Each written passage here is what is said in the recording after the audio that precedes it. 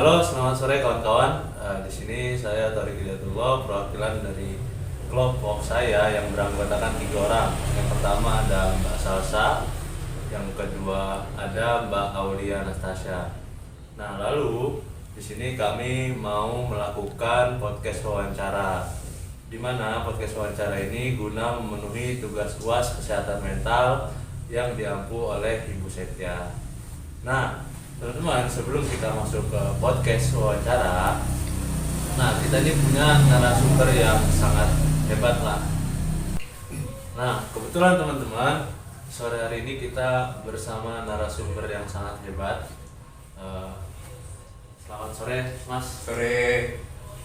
Kalau boleh tahu nih, nama panjang dari Masnya seperti apa gitu, terus emang orang asli Ambarawaka atau bagaimana gitu, mungkin bisa memperkenalkan diri terlebih dahulu gitu. Oke, halo, kenalkan nama saya Tariq Said. Saya sekarang umur 23 tahun.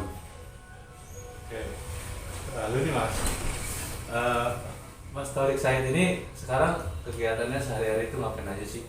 Perannya itu dalam kehidupan itu seperti apa aja gitu? Karena melihat kita podcast wawancara itu mengambil tema tentang teori keseimbangan antara kerja dan kehidupan gitu, sama teori stres dan coping stres.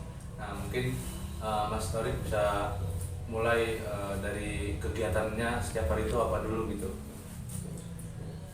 Kegiatan saya sehari-hari yang pertama itu saya masih kuliah. Saya habis kuliah, saya juga masih harus ngurus bisnis. Saya ada bisnis di bidang F&B. Yang utama itu di catering gitu. Oke.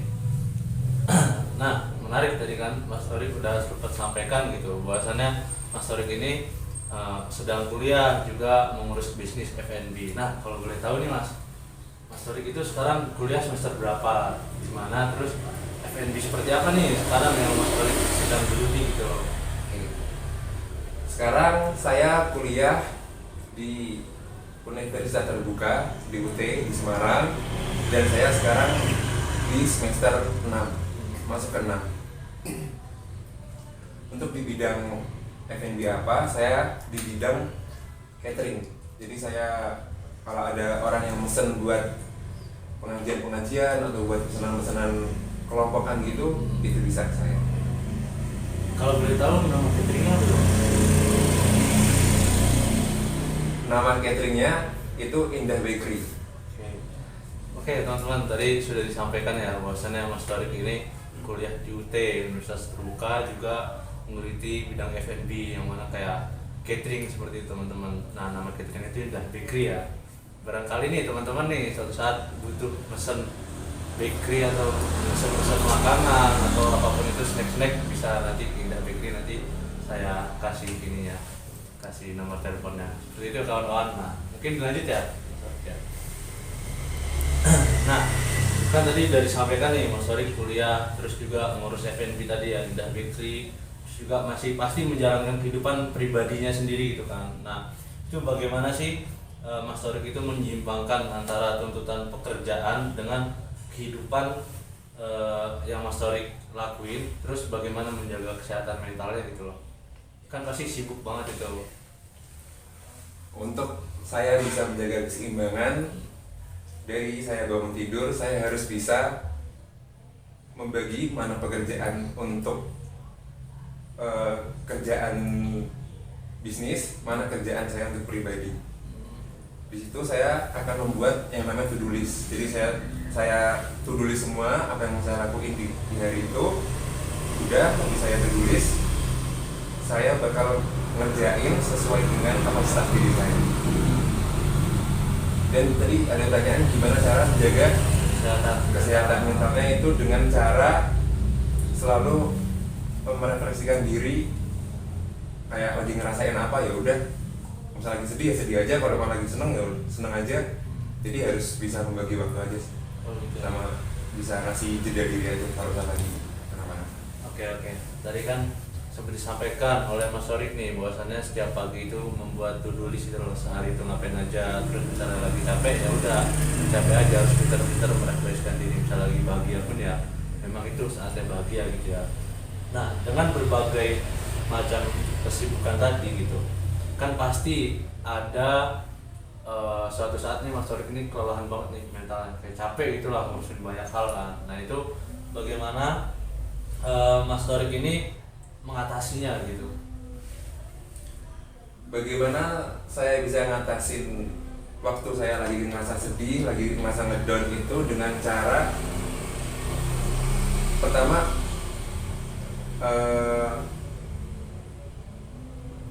kita harus bisa jujur sama perasaan kita sendiri. Jangan pernah denial apapun rasa yang kita rasain. Kalau udah jujur, kalau emang kita butuh buat nangis atau butuh jeda diri, ya udah nggak apa-apa, nangisin aja. Yang penting jangan ngelakuin hal-hal negatif di luar dari apa yang kita rasain. Berarti jujur ke diri Iya, sendiri. harus jujur ke diri sendiri. Oke. Nah terus nih, biasanya tanda-tanda apa nih yang Mas Torik rasain misalnya memang lagi benar-benar kelelahan gitu? Tanda-tanda itu seperti apa? Tanda-tanda kalau saya lagi kelelahan itu, pertama pasti saya bakal ngerasa burnout. Saya bakal ngerasa capek, saya bakal banyak ngerasa berpikiran pesimis, dan saya juga bakal merasa nggak ingat ngapa-ngapain dari itu. Gitu ya, berarti terkadang merasa pesimis ya, terus ya jadi malas ngapa-ngapain gitu. Oke, terus kan dengan berbagai macam kesibukan tadi ya, itu kan pasti sibuk tuh ngurus FNB, terus ngurus tugas-tugas kuliah. Nah itu gimana cara Mas Torik itu memberikan waktu ke diri sendiri gitu loh? Nah, dengan cara apa gitu loh? Biar istilahnya mental Mas Torik ini masih aman dengan berbagai kegiatan aktivitas yang banyak tersebut gitu. Jadi gimana cara saya bisa membagi diri saya itu dengan cara me time. Jadi saya harus punya waktu jeda untuk diri saya sendiri, entah saya olahraga, entah saya pergi ke kopian sendiri, entah saya pergi ke alam sendiri, yang itu bisa merecharge lagi energi saya sendiri.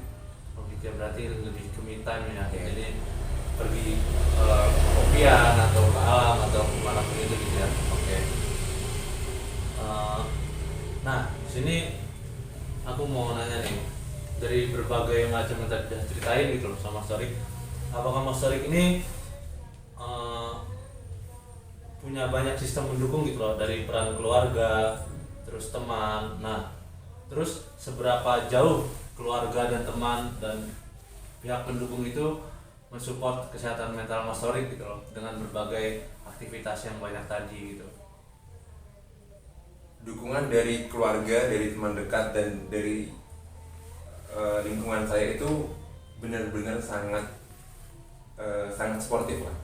Jadi banyak yang mendukung, saya juga akan terbuka ke teman-teman dekat saya juga banyak bercerita apa yang lagi saya alamin, apa yang lagi saya laluin.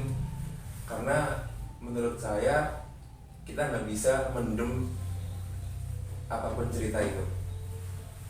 Kita harus bisa berbagi, kita harus bisa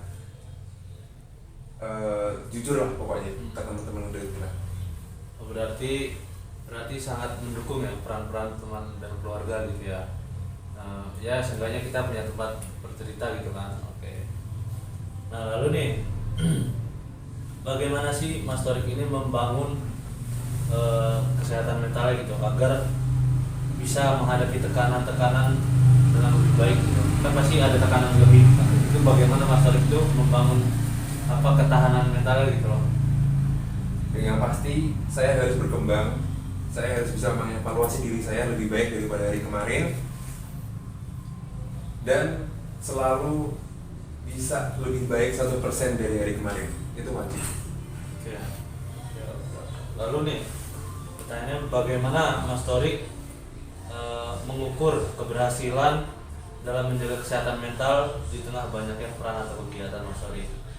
Cara saya mengukur keberhasilan itu dengan cara saya harus bisa, yaitu pertama jadi lebih baik, terus juga banyak melakukan hal positif, jangan pernah melakukan hal negatif, karena itu nggak ada gunanya. Nah lalu nih terakhir nih Mas, bagaimana bagaimana Mas Sorik mengatur jadwal belajar dan bekerja agar tidak mengalami stres dan kelelahan? Dengan cara harus bisa pintar-pintar membagi waktu dari diri kita sendiri. Jangan banyak bermain yang di luar yang nggak buat kita produktivitas. Mungkin seperti itu Mas ya. Nah, terakhir nih, mungkin Mas Torik punya closing statement atau pesan-pesan lah buat anak-anak muda gitu, kawan-kawan kita yang melihat podcast ini gitu. Ada nggak? Coba mungkin bisa disampaikan gitu. Buat orang-orang yang masih muda, yang benar masih berjuang, masih ngejar karir, ngejar kelulusan apapun itu, jangan pernah nyerah. Pokoknya dia jangan pernah nyerah apapun yang kita lakuin, terus berusaha, terus bertahan, dan selalu berharap yang terbaik buat diri kita sendiri ke depannya. Oke, mungkin seperti itu Mas ya. Oh ya, jangan lupa teman-teman, barangkali nih ada yang mau mesen snack atau makan atau catering apapun itu, mungkin bisa dipesan di Indah Bakery ya. Nah, mungkin bisa disebutkan Mas apa namanya, nomor teleponnya, barangkali teman-teman ada keperluan untuk memesan gitu, sama alamat Indah Bakery-nya gitu. Buat teman-teman yang mau pesen, ini bisnis saya ada di Ambarawa, alamatnya di Kupang Lor, tepat di belakang Laris Baru.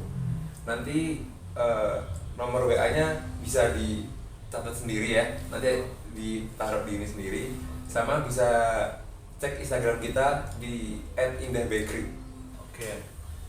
Begitu ya Mas Torik ya. Nah, tadi kita sudah mendengarkan paparan hebat dari Mas Torik selaku mahasiswa juga sebagai ya, kita bisa silakan co-founder lah dari Indah Bakery gitu ya teman-teman. Juga tadi ada pesan di terakhir itu yang sangat bagus untuk kita, apalagi anak muda gitu kan ya. Mungkin itu saja Mas Torik, terima kasih udah bersedia kita buat podcast wawancara ini ya. Mungkin semoga apa yang Mas Torik lakukan ke depannya bisa lancar dan sukses. Amin. Mungkin itu saja dari kami kawan-kawan. Selebihnya kami mohon maaf. Assalamualaikum warahmatullahi wabarakatuh.